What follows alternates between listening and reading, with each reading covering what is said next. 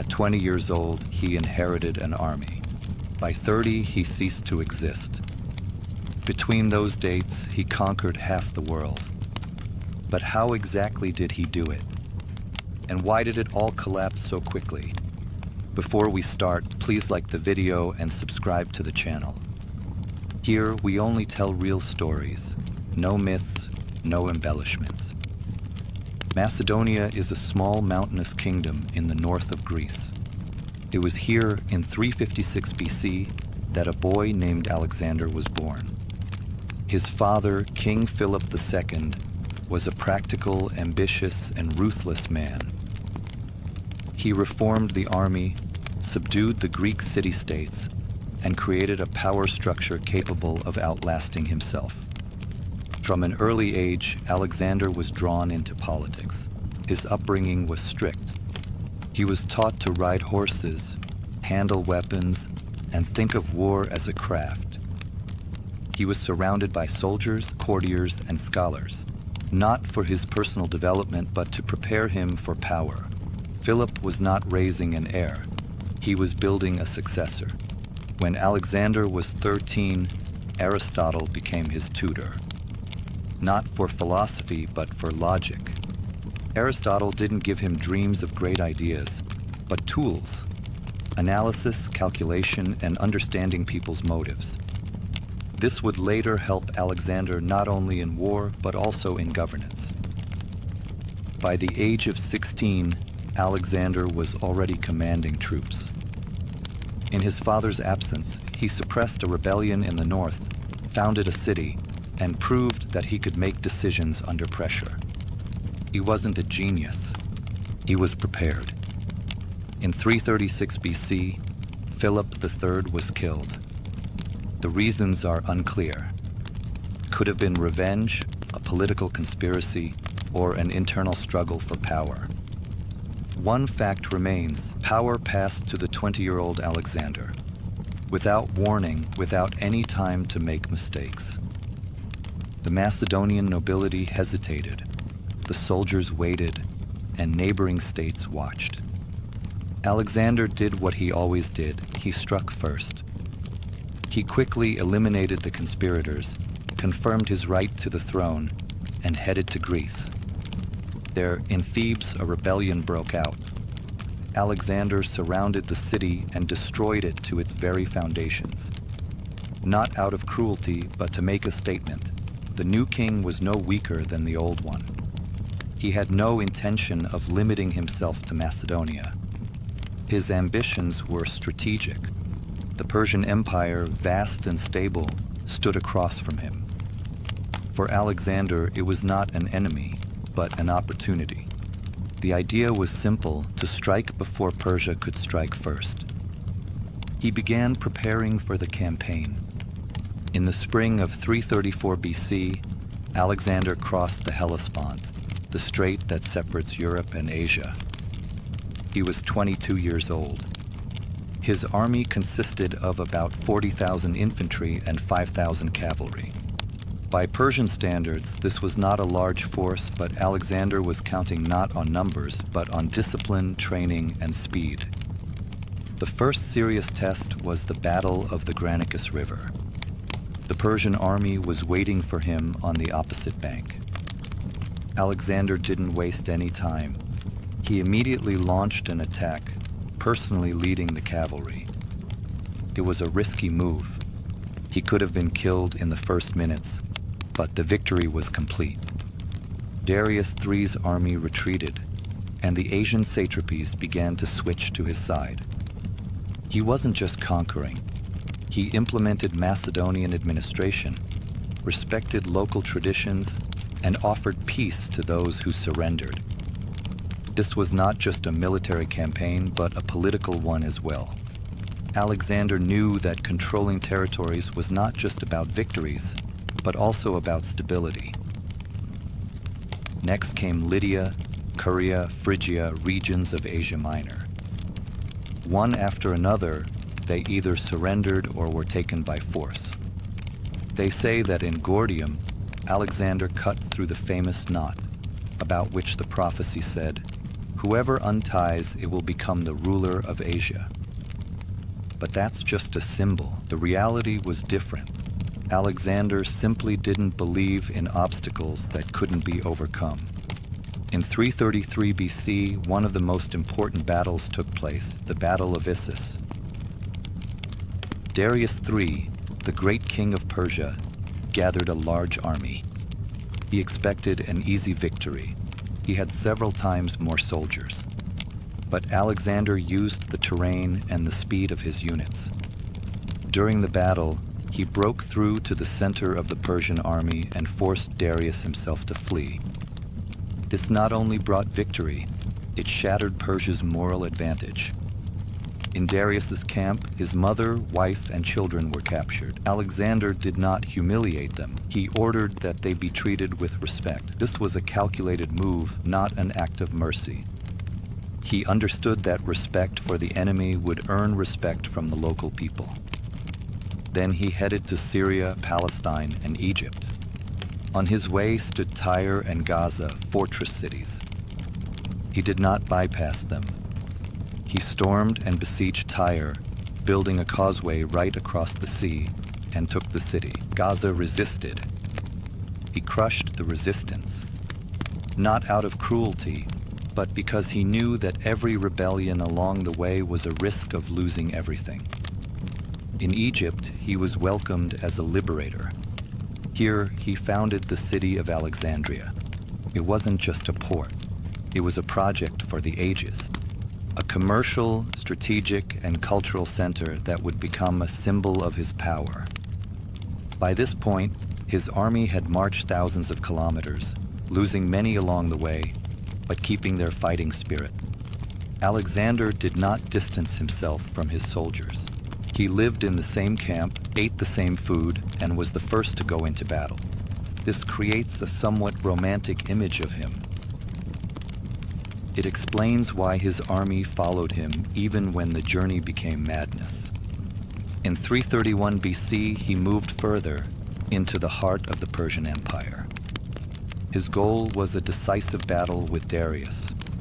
In the autumn of 331 BC, Alexander moved east toward the heart of the Persian Empire. His goal was a decisive battle. Darius III gathered all his forces, hundreds of thousands of soldiers, war chariots, and elephants. He chose the location, the plain near Gaugamela, open and perfectly suited to his numerical advantage. Alexander arrived there with an army that was outnumbered, but not outmatched in spirit. He scouted the terrain, studied the enemy's composition, reorganized his forces, and ordered his soldiers to rest. Darius did not expect such a pause. He was sure that sheer numbers would crush the Macedonians. But Alexander was preparing not just for a battle, he was preparing for victory. On the night before the battle, according to contemporaries, Alexander's army slept peacefully, while Darius's army was restless. Because it's one thing to have the advantage, and quite another to face a commander who has never lost a single battle. The battle began at dawn. Darius deployed his army in a wide formation, hoping to outflank the Macedonians. Alexander responded with something unusual. He stretched his forces out diagonally. This created an illusion of weakness, but gave him room to maneuver. Darius sent his chariots into battle, but the Macedonian infantry parted to let them through, then destroyed them from behind. The light infantry and javelin throwers disrupted the rhythm of the attack. This was no accident, but a tactic. Then Alexander struck swiftly, right at the very center. He directed his cavalry at an angle, leaving Darius unprotected. At the critical moment, the center of the Persian army began to waver. Darius, afraid of being surrounded, turned back. For the second time in the campaign, he fled the battlefield, leaving his army without leadership. After Darius fled, the rest of the battle was just a matter of technique. The remnants of the Persian forces were either destroyed or scattered. Macedonian losses were minimal compared to the scale of the battle. This was not a random victory, but a carefully constructed one. After Gaugamela, the road to Babylon was open. The city, one of the largest in the world, surrendered without a fight. Alexander entered as a conqueror, but not as a plunderer. He did not destroy the city. He accepted the title of King of Asia, but kept the local power structures intact. This wasn't out of nobility, it was strategy. It's easier to rule over subjects than over the conquered. Then he headed to Susa, the capital of the Persian crown's treasures. Here he acquired enormous resources: gold, silver, and luxury items. But something else was more important. He didn't keep everything for himself. He paid off the army's debts, rewarded his commanders, and distributed part of the wealth among the soldiers. This strengthened his authority. After Susa, he moved on to Persepolis, the symbol of Achaemenid power. The city did not surrender immediately, but soon fell. Alexander entered the city as a conqueror. He spent several days in contemplation, and then ordered the palace of Xerxes to be burned, perhaps as an act of revenge for the burning of Athens, or perhaps as a symbol of the end of the Persian era. This decision was controversial even among his closest companions. Many saw it as the beginning of a change. Alexander was becoming someone else. He was no longer just the king of Macedonia, he had become the ruler of Asia.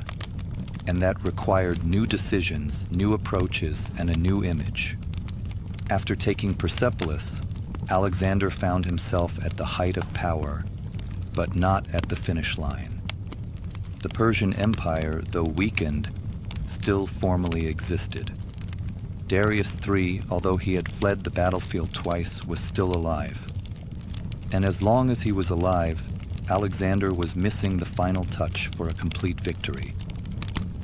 In the spring of 330 BC, the army moved further east, deeper into Persian territory. The goal was to find and neutralize Darius. This stage of the campaign was different. It wasn't about quick battles, but about long marches, suffocating heat, and a shortage of supplies. The territories were vast. Logistics became increasingly difficult.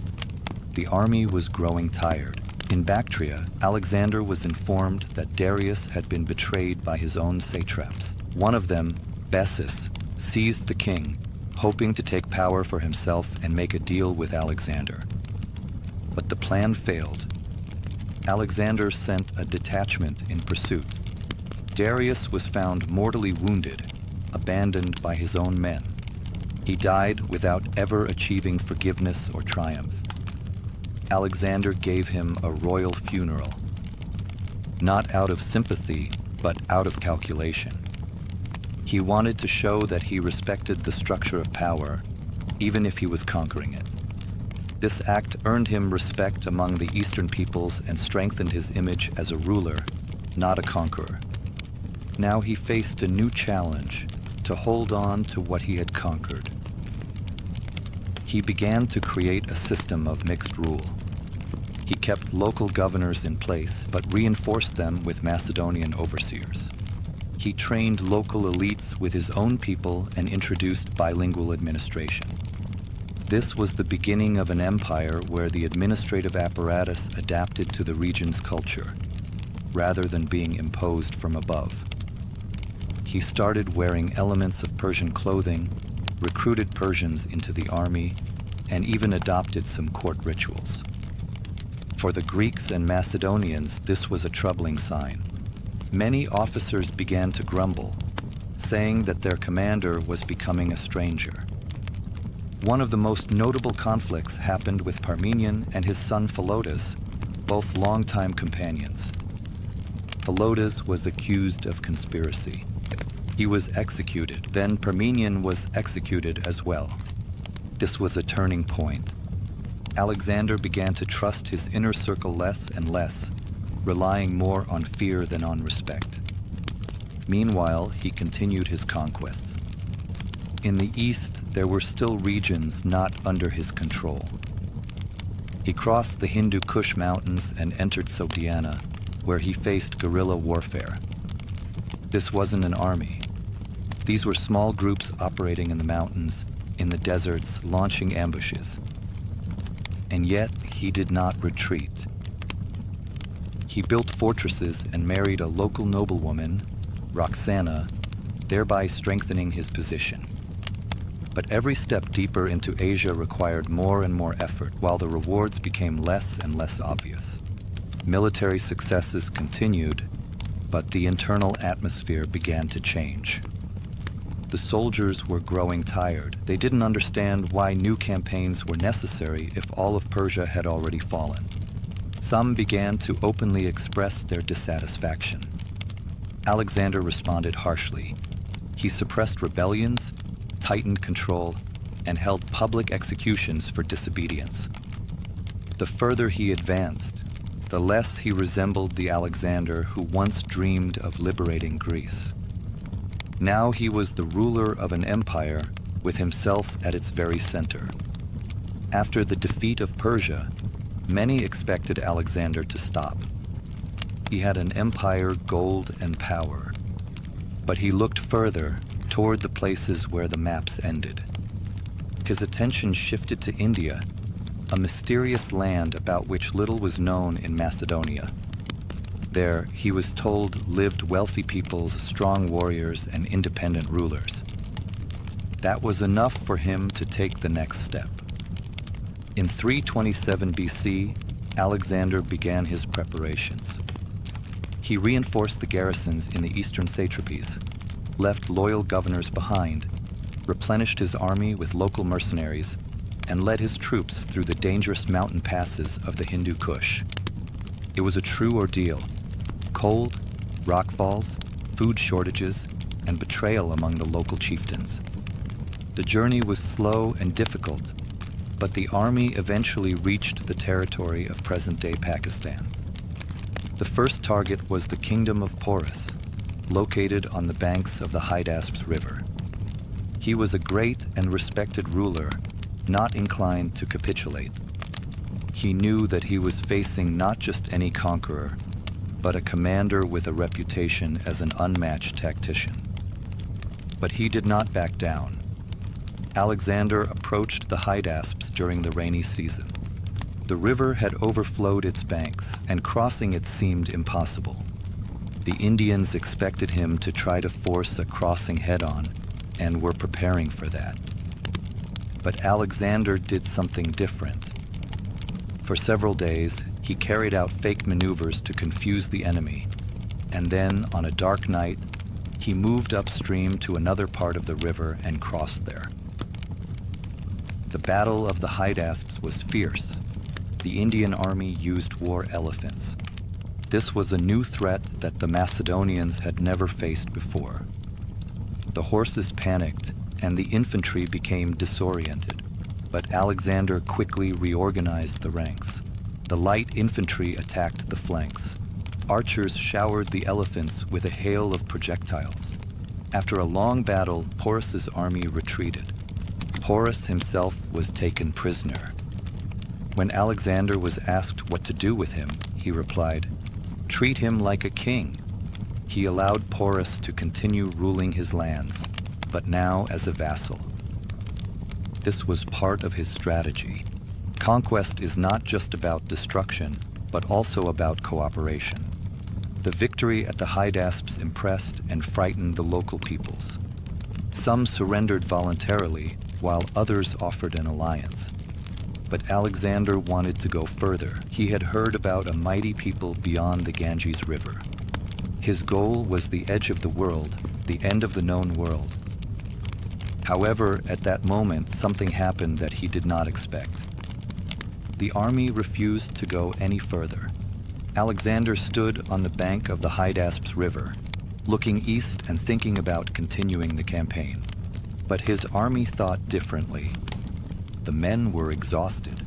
They had marched thousands of kilometers, fought in dozens of battles, lost friends, and endured sickness and hardship.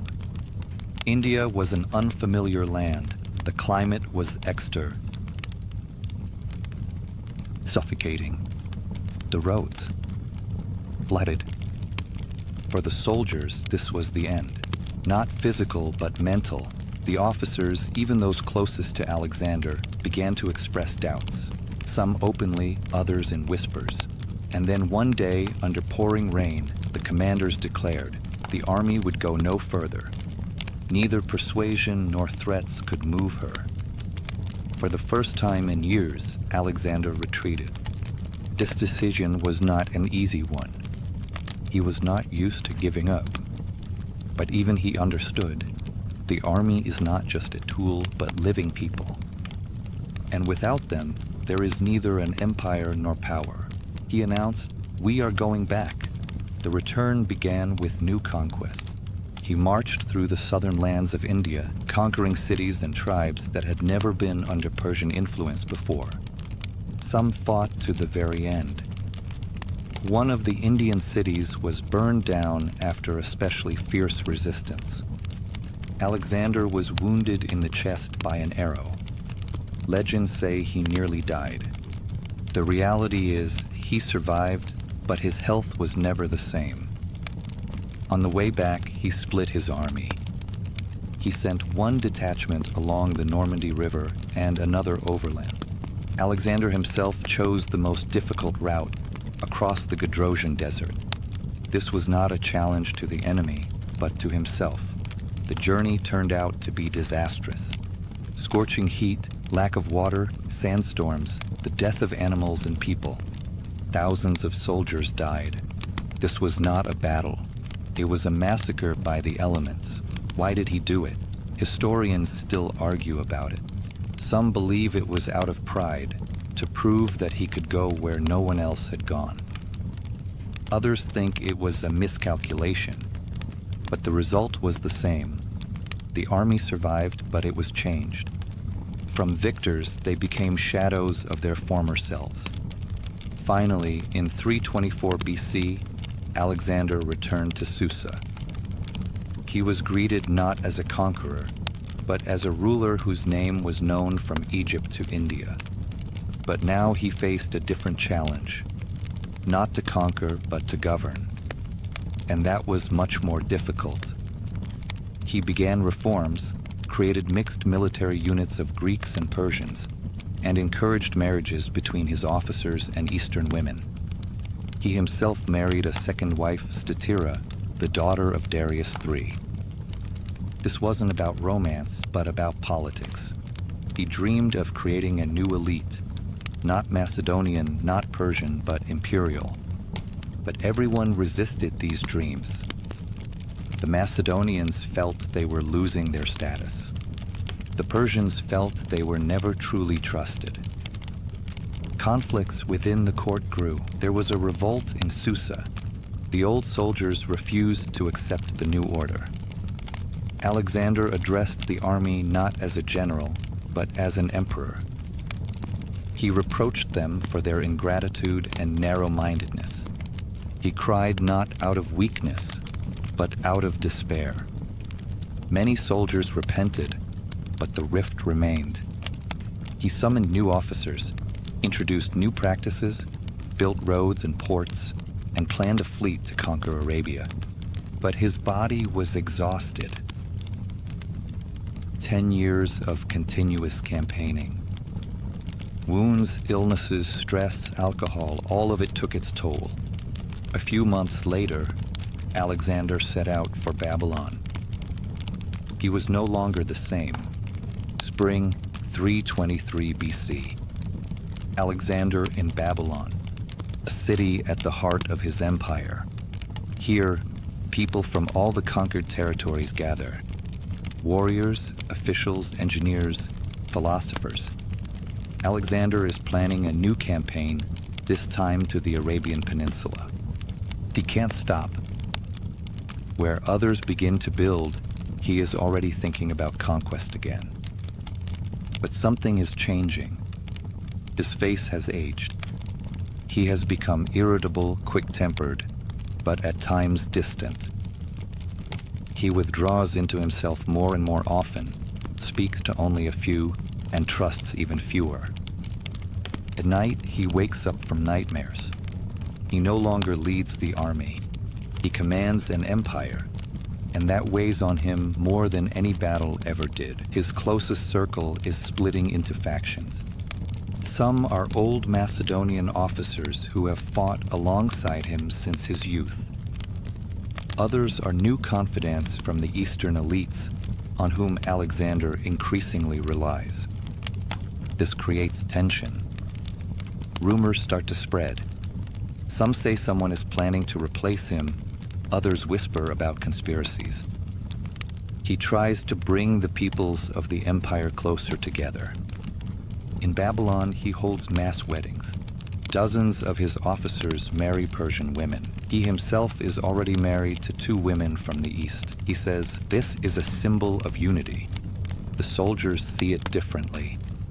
To them, it feels like betrayal.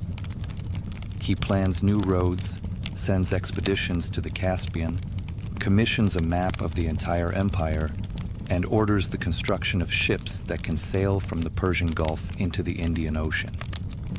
His plans are grand, but his body can't keep up. At the beginning of June, he throws a feast. First with his friends, then another one with the Eastern nobility. Afterward, he develops a fever. He wakes up drenched in sweat, weak, his voice hoarse. The doctors have no idea what's happening. The illness progresses rapidly. Every day he grows weaker. A week later, he can no longer speak. After 10 days, he can barely move. Soldiers gather outside his palace. They demand to see their king. Alexander, barely holding on, orders them to be let in. One by one, they pass by his bedside. He says nothing, but he watches. This is a farewell. He dies on June 10th, 323 BC, at the age of 32. The death of Alexander shook the empire. No one was prepared, not his generals, not the soldiers, not the peoples living from the Nile to the Indus. He did not appoint an official heir, nor did he leave clear instructions. Only rumors. Some said that when asked, who will inherit the power, he whispered, to the worthiest. Others said that he nodded toward Perdiccas, one of his close companions. But one thing was clear, the center was gone, and the empire immediately began to crack. By order, his body was supposed to be taken to Macedonia, but it never made it there. The Egyptian satrap Ptolemy intercepted the tomb and brought it to Alexandria. There, in a specially built mausoleum, the body of the former king of Asia was kept as a relic, as a symbol of legitimacy. Meanwhile, in Babylon, a struggle for power began. Alexander had only one legitimate son, Alexander IV, born to Roxana. But he was just an infant. So, power temporarily passed to the Council of the Diadochi, his closest generals. And it soon became clear there would be no peace. Perdiccas became regent for the child. Ptolemy secured his position in Egypt. Antigonus took control of Asia. Seleucus took the east, Cassander took Macedonia. Each considered himself the rightful successor. Each dreamed of absolute power. The empire began to fall apart even before Alexander's son learned to speak. The era of the Diadochi began. Decades of wars, betrayals, and temporary alliances followed. The cities and peoples conquered by Alexander once again became battlegrounds. Everyone called themselves heirs to the great commander, but acted like predators tearing the empire apart. Alexander himself became a legend. In just a few years, he went from being a man to becoming a myth. In different parts of the former empire, impostors appeared, claiming that he was still alive. People said he had gone to the east, that he would return. History became intertwined with fiction, creating the image of a superhuman. But behind the myths, reality remained. The empire, forged by the sword, could not survive without the hand that wielded that sword. Alexander's main legacy is not the borders, which have vanished, nor the gold, which was divided among his generals. The most important thing is that he opened up the world. For the first time, East and West were united not by trade, but by a common political project. It may have been brief, it may have been fragile, but it was real. His campaigns broke down old barriers of isolation, uniting languages, cultures, and armies. He created the foundation on which the Hellenistic kingdoms would later arise, along with new cities of science and philosophy. But as a person, he remained an enigma. Who was he really? Was he just a simple Macedonian general, a brilliant strategist, an ambitious reformer, or a man who simply didn't know how to stop? His name is Alexander the Great. His path was a one-way journey. His end serves as a warning to anyone who would try to conquer the whole world. Alexander's death left not only an empty throne, but also a question that no one could answer. Who is in charge now? Technically, his heir was his son by Roxana, Alexander IV, but he was only 1 year old. At the same time, Alexander's half-mad brother, Philip III Aridaeus, remained in Macedonia, mentally impaired, but an adult. To avoid an immediate split, the generals decided both would become kings. One was a symbol of the bloodline's continuation, the other was easy to manipulate. Perdiccas, one of Alexander's closest companions and the commander of his heteroi, became regent. He took control of the empire and set out to preserve its unity until Alexander IV came of age. But he quickly realized that each of the satraps saw himself as an independent ruler, not just an administrator. Ptolemy, who had received Egypt, was the first to act. He fortified his position, focused on defending the borders, established control over resources, and, more importantly, seized Alexander's body. The tomb, which was supposed to be sent to Macedonia, he redirected to Memphis and later to Alexandria.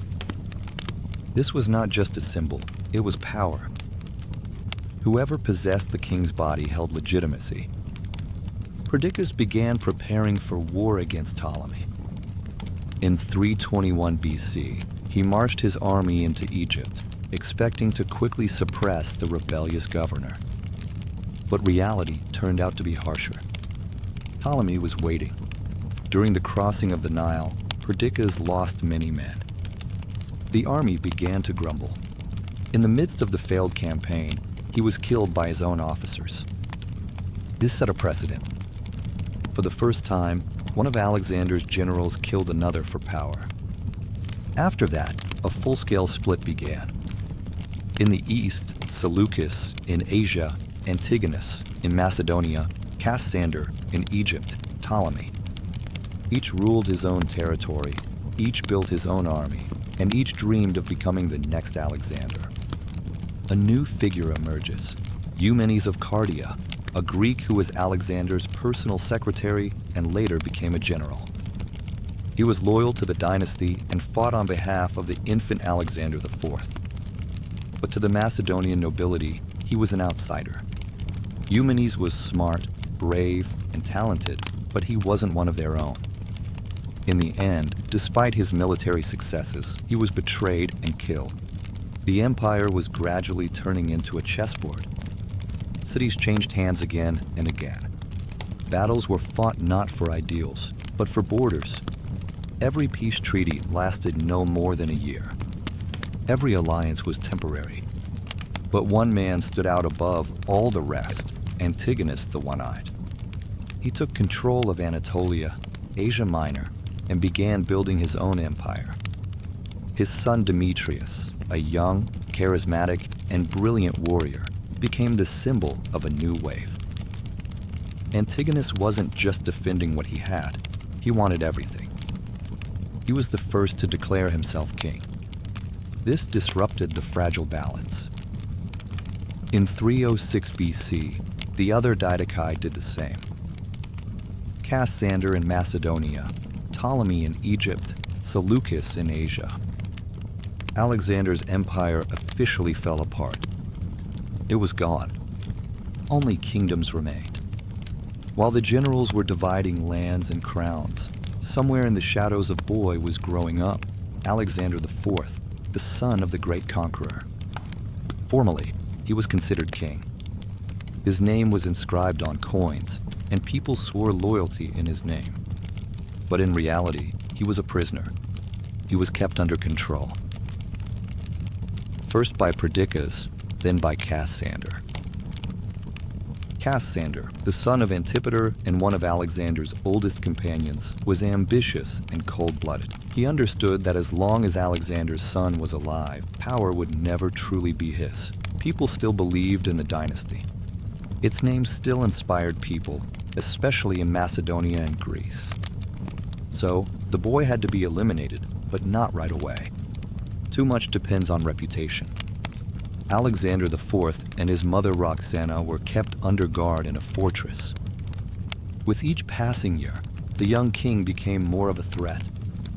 He was already 12 years old. He was starting to understand who he was. Discontented people began to gather around him, and there was talk about the true king. And then Cassander made his decision. In 310 BC, Alexander IV was killed. Quietly, without any noise, not on the battlefield, but in a prison cell. His mother, too. This was the end of the line of Alexander the Great, and a symbolic conclusion to an entire era. The empire no longer belonged to anyone. It didn't even have a formal center anymore. After that, the borders were finally set in stone. Ptolemy secured his position in Egypt. There, he established a dynasty that lasted nearly 300 years, ending with Cleopatra. Seleucus took control of most of the east, from Syria to Persia. His dynasty ruled over regions that were once the heart of Alexander's empire. Cassander held on to Macedonia and Greece, but only for a short time. Antigonus and his son Demetrius fought for supremacy, but they were defeated in the Great Battle of Ipsus in 301 BC. The very idea of a unified empire died. In its place emerged the Hellenistic kingdoms, each with its own culture, army, and dynasty. But they all had one thing in common. Each of these rulers had once served one man. The name of Alexander became the standard of power, a name that sounded like a challenge. He was compared to Hercules, to Caesar, to Napoleon. Every great conqueror after him looked at the map and thought, Alexander did more, and at a younger age. But in the end, his story is not just about victories. It's a story about the cost, about how one life, one goal, one will can change the entire world. But not hold on to it. When Alexander's empire collapsed, something else remained. Something that couldn't be divided by the sword. Culture, language, architecture, new connections between East and West. He conquered territories, but unintentionally became a bridge between civilizations. A new era began, the Hellenistic era. The Greek language became international, not by decree, but naturally. It was used in diplomacy, science, and trade. From Egypt to Bactria, it was the language of knowledge and power. People who had never been to Athens quoted Plato.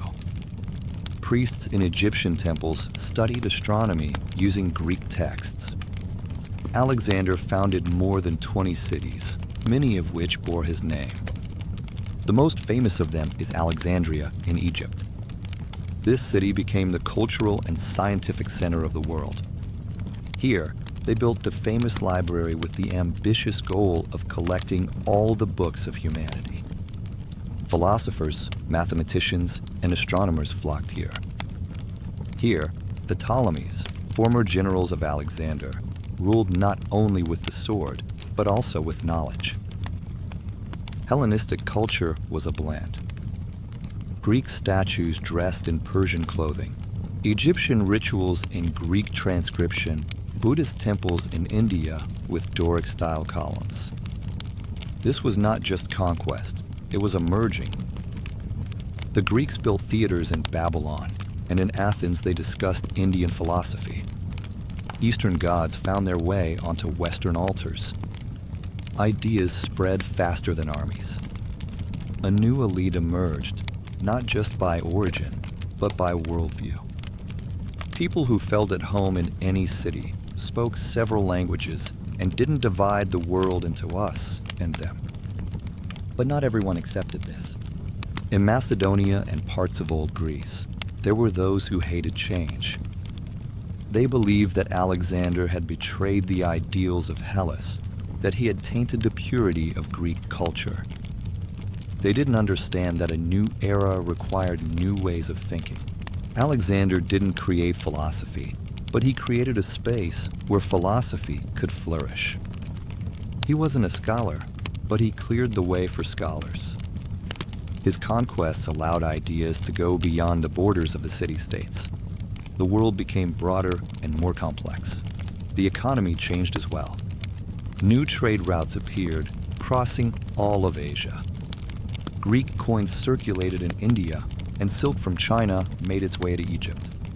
Spices, gold, fabrics, wine, all of it became mixed together. The empire collapsed, but its network remained. And all of this was thanks to a decade of one man's campaigns. Over time, Alexander became not just a historical figure, but a symbol. Different peoples remembered him in different ways. In Egypt, he became almost a divine ruler, a friend of the pharaohs. In Islamic tradition, he was sometimes identified with Tul-Karnain, the two-horned one, a mythical king who built a wall against Gog and Magog. In medieval Europe, he was seen as a Christian king before Christianity, and in India, as a wise conqueror who was ultimately overcome by the spiritual strength of the local rulers. Alexander's name found its way into tales, legends, religious treatises, and literary novels. He was everywhere. He belonged to the Greeks, the Persians, and the Arabs alike. Everyone saw in him not a real person, but what they wanted to see: a hero, a philosopher, a warrior, a king, a reformer. But behind the myths, there was a concrete political legacy. His model of centralized power with local autonomy inspired many future empires. The Romans studied his tactics. Caesar openly admired him. Augustus, when he became emperor, visited Alexander's tomb in Alexandria. Even Napoleon kept a book about him under his pillow. Even centuries later, strategists learned from him how to fight battles, how to break the enemy's morale, how to use speed, terrain, and surprise. To this day, military academies analyze the battles of Gaugamela and Issus. But above all, Alexander is remembered as the man who changed the geography of the mind. Before him, the Greeks divided the world into two camps, Hellenes and barbarians. After him, that barrier began to fade. He didn't become a brother to all peoples, but he brought them together, mixed them, connected them. He broke down isolation. But there was a dark side to this. His death left a vacuum that was filled with wars. The empire he created so rapidly didn't have a solid structure. It depended on the will of a single man, and when he was gone, everything collapsed. This is a lesson that many would take into account later. Power without a system is unstable. The cities he founded have partially survived. Some have turned into ruins. But his main creation is the idea of a united world. Even though it collapsed, it still existed. And the very attempt already changed history. He wanted immortality, and he got it, not in the form of a body, not as a state, but as influence. The name of Alexander the Great is not just a line in a textbook. It serves as a reminder. One person can change the course of history, but cannot hold it in their grasp forever. Alexander never lost a single battle, not because he was lucky, but because he possessed the greatest weapon of a commander, his mind. He didn't just fight. He calculated, prepared, and adapted. His army wasn't the largest, but it was the most flexible. And that was its strength. The Battle of the Granicus, 334 BC. This was the first major clash with the Persians. Alexander's army had just crossed into Asia. The Persians took up a position on the riverbank at the Granicus. It was a natural barrier. Alexander knew that an ordinary army wouldn't be able to cross under enemy fire. But he didn't give them time to think. He struck quickly, personally leading the cavalry. It was a risk. He nearly died, but the attack was precise. The Persians didn't expect such speed. Their line broke apart. The victory opened the road to Asia Minor. Alexander showed that he was not just a king, but a commander. The Battle of Issus in 333 BC. Darius III gathered a huge army and attacked from an unexpected direction, from the north. Alexander found himself caught between the sea and the enemy army. It seemed like he was trapped, but he quickly reorganized his ranks and struck at the weak spot, the center, where Darius himself stood. In the midst of the chaos, Alexander broke through to the king. Darius lost his nerve and fled. The army, deprived of its leader, fell apart. This victory brought Alexander not only land, but also symbolic power. He had defeated the ruler of Asia.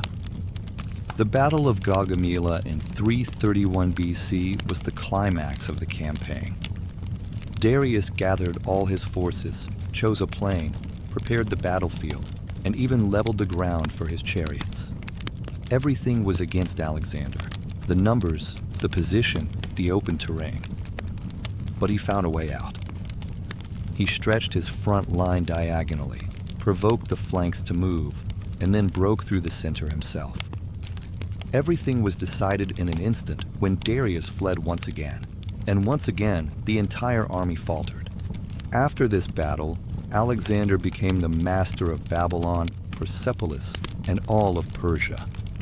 In all his battles, Alexander used a combination: the phalanx as the foundation, cavalry as the striking force, and light infantry as a mobile reserve. But the main thing was the tempo.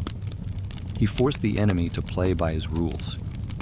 The Siege of Tyre, 332 BC. The city of Tyre was located on an island in the sea with powerful walls.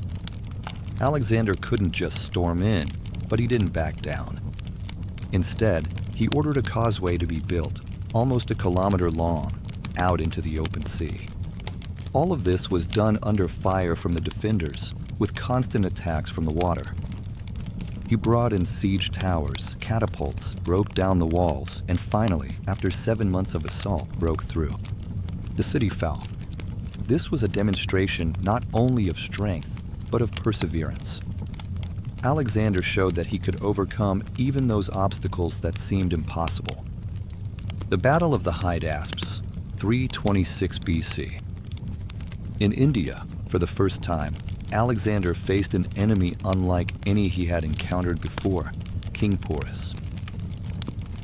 Porus's army was smaller in number, but it included war elephants. For the Macedonians, this was an unfamiliar threat. These animals spread panic in the ranks, trampling people and horses. Alexander approached the Hydaspes River when it was full and turbulent. Porus expected that he would not dare to cross it. But Alexander, as before, struck unexpectedly. He led his troops upstream, found a convenient crossing point, concealed the movement at night, and launched a sudden attack. The battle was tough, but Alexander quickly figured out the structure of Porus's army, used light infantry to get around the elephants, targeted the flanks, and then attacked the center. The victory was complete, but this was the last great battle. After it, the army refused to go any further. Flexibility of thinking. What made Alexander unique? He never repeated the same pattern. He fought every battle differently, adapting his tactics to the terrain, the enemy, and the composition of his own troops. He knew how to shift the front during battle, use the terrain, rivers, gorges, and hills, conduct reconnaissance personally, and employ deceptive maneuvers.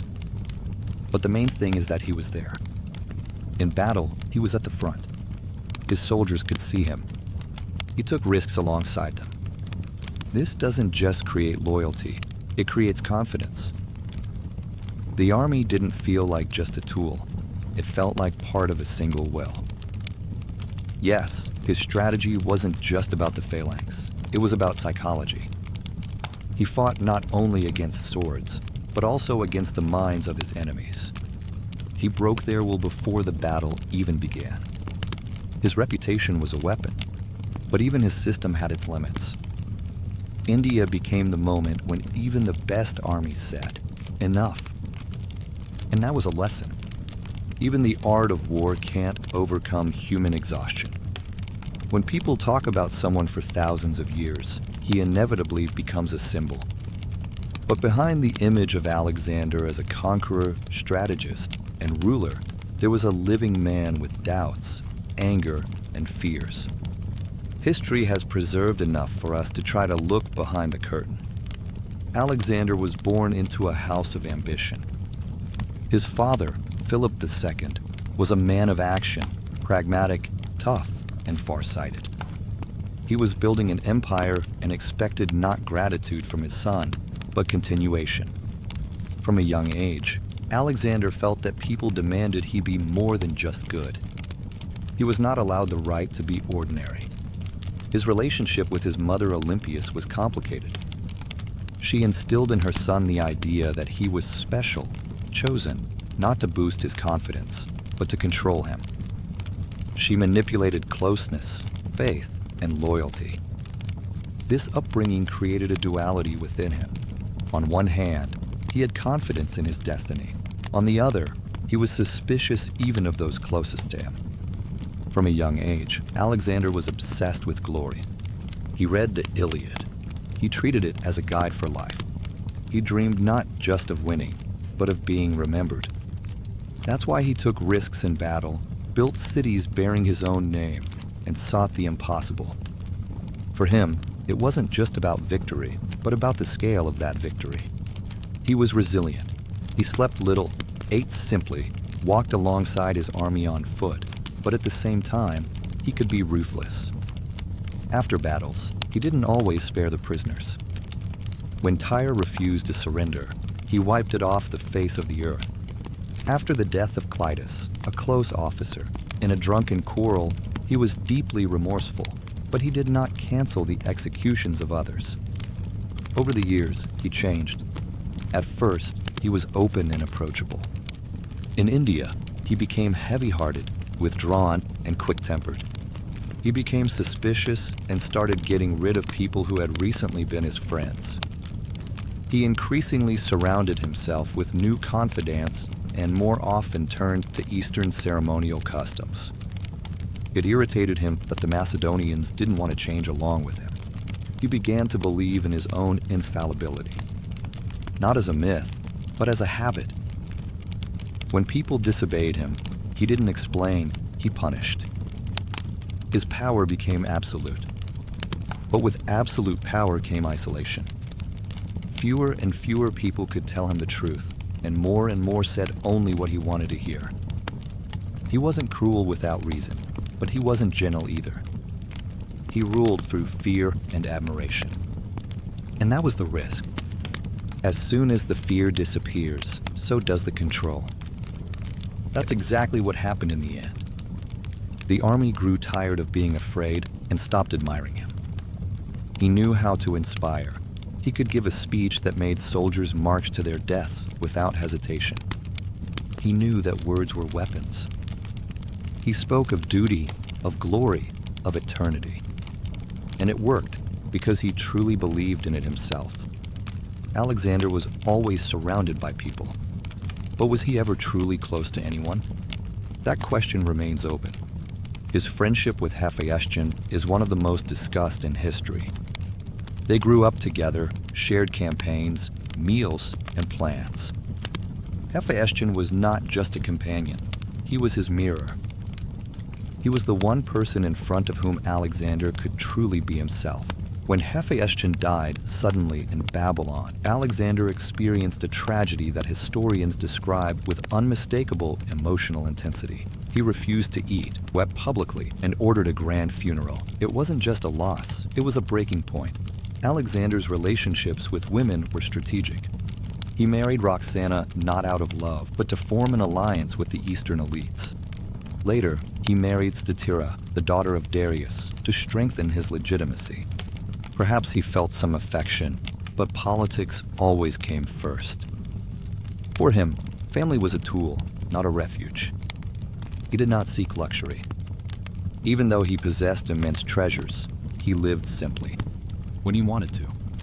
But at the same time, he loved spectacle, parades, processions, symbols of power. He understood the power of image, knowing that outward splendor instills inner confidence in his subordinates. There was a theatricality in him, but it served a practical purpose. Alexander truly believed in his mission. For him, conquests were not just about a thirst for power. They were about affirming the idea of uniting different peoples into one civilization. He was not a humanist, but he was an integrator. His reforms, mixed units, marriage alliances, and culture, all of it was part of a project to create a new type of ruler, a new kind of person. However, he underestimated the main factor, time. People do not change as quickly as he wanted them to. The Macedonians did not become Easterners, and the Easterners did not become Greeks. The gap remained, and it was precisely this that became the cause of internal tension. His contemporaries remembered him in different ways. The soldiers remembered him as the one who was first into battle and last to leave the camp. Commanders as powerful and unpredictable. The Eastern elites saw him as a powerful but cold master. Philosophers viewed him as a commander who destroyed the old but never fully built the new. After his death, the myth began. He was depicted with horns like the Egyptian god Ammonius. Books were written about him, and feats he never accomplished were attributed to him. In the minds of the people, he became eternal, not as a person, but as an image. But if you cut away the legend and leave only the man, what remains is a complex figure. Not an ideal and not a tyrant, but a genius who moved ahead of his time. And that is his tragedy. When Alexander died, the world stood still. Not because the battle stopped, but because it became clear, now they would go on forever. His death didn't halt the movement. It set off a new cycle of wars, divisions, and reforms. But behind all this chaos, something greater remained, the changes he brought. He began his journey as the king of Macedon and ended as the ruler of the world. His territory spanned 3 continents. But that's not the only thing history remembers. The main thing is how he changed the very structure of the world. Before Alexander, states were local, culture was insular, and conquests were temporary. He was the first to try to unite different worlds, East and West, Greeks and barbarians, the temples of Athens and the palaces of Persepolis. He blended armies, customs, and symbols. He didn't erase other identities. He rewrote them, weaving them into his own. He didn't have time to finish what he started. The empire he created fell apart, but the cities remained, the language remained. From then on, the boundaries of thought were broader, and that became his true conquest. Historians still argue about why he started all of this. A thirst for power, he had it. A quest for glory, no doubt. His father's ambitions, perhaps. But there was something more behind it all. Alexander was searching for meaning. As a child, he asked philosophers how to become great. As an adult, he tried to become eternal. He didn't want to just be a winner. He wanted to be a turning point. That was both his strength and his weakness. He went further than logic demanded. He fought not because he had to, but because he couldn't do otherwise. He didn't know how to live without movement. His army followed him as long as they had the spirit. but everyone has their limit. He didn't have one. He didn't even live to be 33. And yet he lived more than most emperors do in decades on the throne. He left no heir, but he left the world changed. Centuries passed. Empires rose and fell, libraries burned, borders shifted, peoples disappeared. But Alexander's name remained. He became a mark, a template, a standard.